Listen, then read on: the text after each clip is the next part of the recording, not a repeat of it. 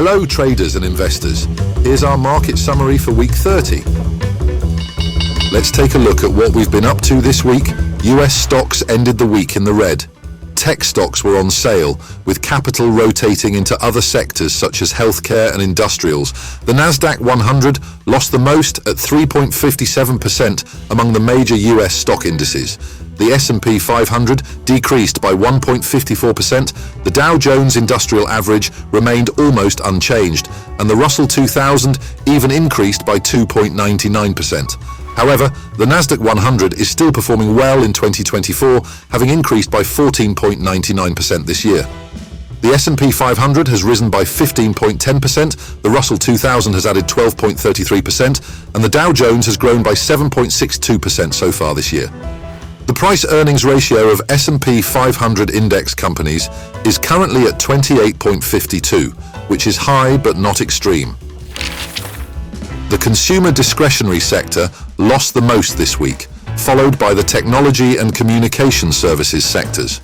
The materials and utilities sectors gained the most this week. This week, the communication services sector became the leader in 2024 with a 15.85% gain. The technology and financial sectors are second and third, respectively. The real estate sector performed the worst this year, gaining only 0.74%. The Magnificent Seven stocks were all down this week, with Tesla losing the most at 10.89%. However, they are all up this year except for Tesla, with Nvidia being the clear leader with a 134.72% gain in 2024 so far. Natural gas and wheat decreased the most this week, while other asset classes remained almost unchanged.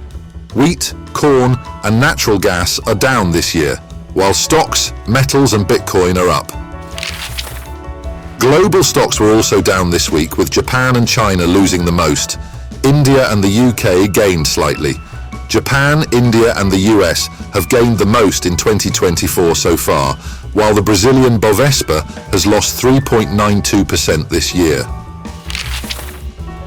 The VIX futures term structure indicates that there is hedging activity going on around the US presidential election. The VIX index closed above 16 this week, indicating that fear has returned to the market. The Volatility Index, or VVIX, indicates an increase in demand for VIX index products, meaning that market participants were willing to pay more for hedging products. The skew index measures tail risk, returns 2 or more standard deviations from the mean in S&P 500 returns over the next 30 days.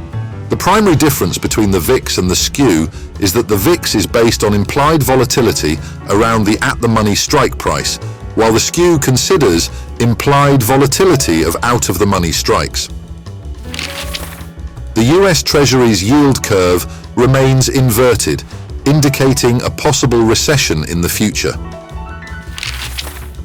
The Federal Reserve's key inflation rate came in slightly hotter than expected in the second quarter, as US GDP growth perked up after a slow start to the year. The probability of the Fed leaving the interest rate unchanged during the July 31st meeting dropped from 95.9% to 93.8%. However, there is a 0% probability that the rate will stay the same after the September 2024 meeting. Verizon was the largest company to report earnings on Monday.